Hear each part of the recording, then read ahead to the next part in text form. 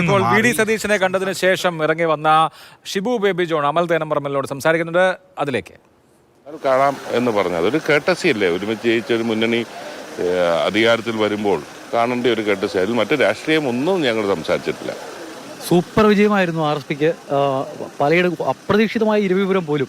അപ്പോൾ ഈ ഒരു മികച്ച വിജയം വരുമ്പോൾ മന്ത്രിസഭാ രൂപീകരണമൊക്കെ വരുമ്പോൾ ഉറപ്പായും പ്രാതിനിധ്യം ഉണ്ടാകുമെന്ന കാര്യത്തിൽ സംശയമില്ല. ഈ വകുപ്പുകൾ സംബന്ധിച്ച കാര്യത്തിൽ എന്തെങ്കിലുമൊക്കെ പ്രാഥമിക ചർച്ചകളൊക്കെ തുടങ്ങിയോ? അല്ലല്ല, അങ്ങനെയുള്ള ഒരു ചർച്ചയും ഇപ്പോൾ ഇതൊന്നും ഔചിത്യമല്ലല്ലോ. പൊളിറ്റിക്സ് നമ്മൾ കാണിക്കേണ്ട ചില മാന്യതകളില്ലേ? അതെ, ഈ സന്ദർഭത്തിൽ അതൊന്നും ചർച്ച ചെയ്യുന്ന പ്രശ്നമേ ഇല്ല. ആർ എസ് പിയെ സംബന്ധിച്ചിടത്തോളം ഞങ്ങൾക്ക് നഷ്ടപ്പെട്ടതെല്ലാം വീണ്ടെടുത്തു എന്നുള്ളതിൻ്റെ ഒരു ആത്മസംതൃപ്തിയാണ്. അത് ഏറെവരും വിജയിക്കുമെന്ന് എനിക്ക് നേരത്തെ തന്നെ അറിയാമായിരുന്നു. കാരണം കേരളത്തിലുള്ള പൊതു ട്രെൻഡ് ഏറെവരും വരുമ്പോൾ അവിടെ മതിൽ കെട്ടി ബ്ലോക്ക് ചെയ്യാനൊക്കത്തില്ലല്ലോ. അതുകൊണ്ട് ഏറെവരും വിജയിക്കുമെന്നുള്ള കാര്യത്തിൽ എനിക്കൊരു സംശയം ഉണ്ടായിരുന്നില്ല.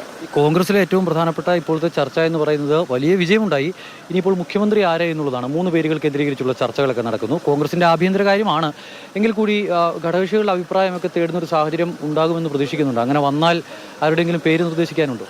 അല്ല, ഞാൻ ഇന്നേ വരെ അങ്ങനെ ഘടകകക്ഷികളുടെ അഭിപ്രായം ആരാഞ്ഞിട്ടില്ല. അതിപ്പോൾ അതാത് കക്ഷികളുടെ നേതാക്കന്മാരെ തീരുമാനിക്കുന്നു. ഇപ്പോൾ ആർ എസ് പിയുടെ പാർലമെന്ററി പാർട്ടി നേതാവിനെ നാളെ തീരുമാനിക്കും എന്ന് പറഞ്ഞതുപോലെ അതിൽ വേറെ ആരെങ്കിലും കയറി ഇടപെടുന്നത് ശരിയാണോ എന്ന് പറഞ്ഞതുപോലെ തന്നെ കോൺഗ്രസിൻ്റെ കാര്യത്തിൽ ഞങ്ങളും ഇടപെടാൻ ഉദ്ദേശിക്കുന്നില്ല. ഏതെങ്കിലും ഘട്ടത്തിൽ ആരെങ്കിലും ഞങ്ങളുടെ അഭിപ്രായം ചോദിച്ചാൽ അന്നേരം പാർട്ടി ആലോചിച്ചിട്ട് അതിനുള്ള മറുപടി പറയാം. അതായത് ഷിബു ബേബി ജോൺ